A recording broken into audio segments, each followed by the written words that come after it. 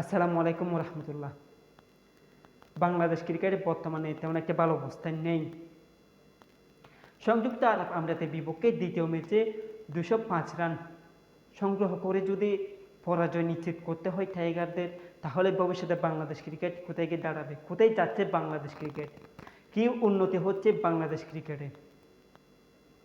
তার আগে প্রথম ম্যাচে বাংলাদেশ হারতে হারতে জয় পেয়েছে, হারতে হারতে জয় নিশ্চিত করে টাইগাররা দ্বিতীয় ম্যাচে 205 রান সংগ্রহ করে জয় নিশ্চিত করতে পারেনি।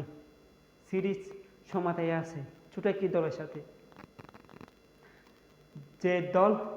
যে দেশের ক্রিকেটাররা নিজস্ব কোনো ক্রিকেটার নেই, সংযুক্ত আরব আমিরাতে নিজস্ব কোনো ক্রিকেটার নেই, তারা তেমন একটা ক্রিকেটও বোঝে না আমার মনে হয়। সংযুক্ত আরব আমিরাতের তাদের এই বাসিন্দারা, সংযুক্ত আরব আমিরাতের বাসিন্দারা আমার মনে হয় তেমন একটা ভালো ক্রিকেটও বুঝেন না, দেখেনও না।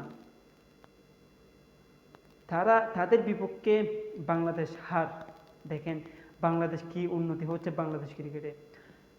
27 তারিখ থেকে পাকিস্তানের সফর আছে, সিরিজ হবে 27 তারিখ থেকে, 3টি হোক কিংবা 5টি, তা একটু এখনও নিশ্চিত হয়নি। কথোপকথন চলতেছে পিসিবির সাথে, বাংলাদেশ ক্রিকেট বোর্ডের সাথে। 2টি টি20 ম্যাচ কমানোর সিদ্ধান্ত নিয়েছে বাংলাদেশ ক্রিকেট বোর্ড, তা এখনও চূড়ান্ত সিদ্ধান্ত হয়নি। এদিকে এমারতের সঙ্গে একটি বাড়িয়ে 3টি হয়েছে টি20 ম্যাচ, যেখানে 2টি শেষ হয়েছে।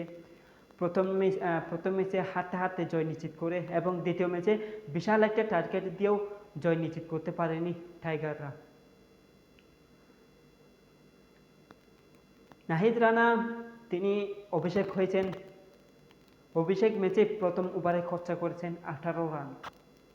18 রান খরচা করেছিলেন। তিনি 4 ওভার বোলিং করে খরচা করেছেন 50 রান, উইকেট নিয়েছেন মাত্র একটি, যে উইকেটটা আমার মনে হয় কোনো তেমন একটা কাজে আসেনি। অন্যদিকে শরীফুল ইসলামের বিশাল একটা ভুল হয়েছিল তার চতুর্থ ওভার করতে এসে 18তম ওভারে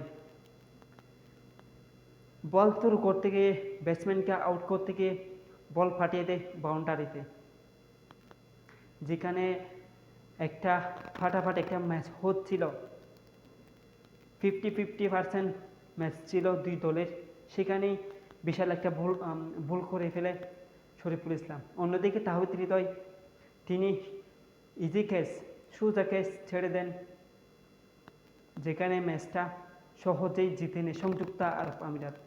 তৃতীয় ম্যাচে বাংলাদেশ ক্রিকেট কেমন খেলবে তা কিন্তু জানা নেই, এবং দ্বিতীয় ম্যাচে বাংলাদেশ ক্রিকেট 4টি পরিবর্তন নিয়ে নেমেছিল। কেন আনতে হয়েছিল 4টি পরিবর্তন তা জানা নেই। যে পারভেজ হোসেন ইমন প্রথম ম্যাচে সেঞ্চুরি হাঁকিয়েছেন, তাকে বাদ দেওয়া হয়েছে, তার জায়গায় শান্তকে নেওয়া হয়েছে। শান্তও তেমন একটা ভালো করতে পারেনি শান্ত। 35 বল যদি বল না করি তাহলে মনে হয় 35 বলে 40 রান করেছিলেন তিনি।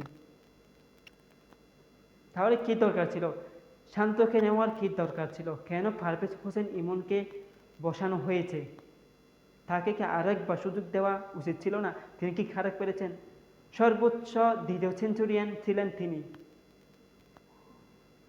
তাকে বসে শান্তকে নেওয়া, একের পর এক ফিল্ডিং মিস, বোলারদের পরাজয়, এভাবেই যাচ্ছে বাংলাদেশ ক্রিকেট। ভবিষ্যতে বাংলাদেশ ক্রিকেট পাকিস্তানের সাথে কীভাবে খেলবে, 27 তারিখ থেকে তো তাদের সাথে ম্যাচ আছে, সেখানে গিয়ে কেমন খেলবে তাদের ঘরের মাঠে, তা আল্লাহ ভালো জানে ভাই।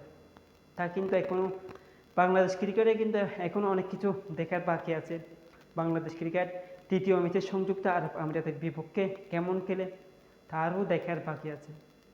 আশা করি এখন সংযুক্ত আরব আমিরাতকে বাংলাদেশ দল সহজেই নিবে না, তাদেরকে সহজভাবে নিতে চাইবে না, কারণ তারা দ্বিতীয় ম্যাচে দুর্দান্ত জয় পেয়েছে সংযুক্ত আরব আমিরাত, এবং বাংলাদেশের বিপক্ষে প্রথম জয় তুলে নিয়েছে তারা।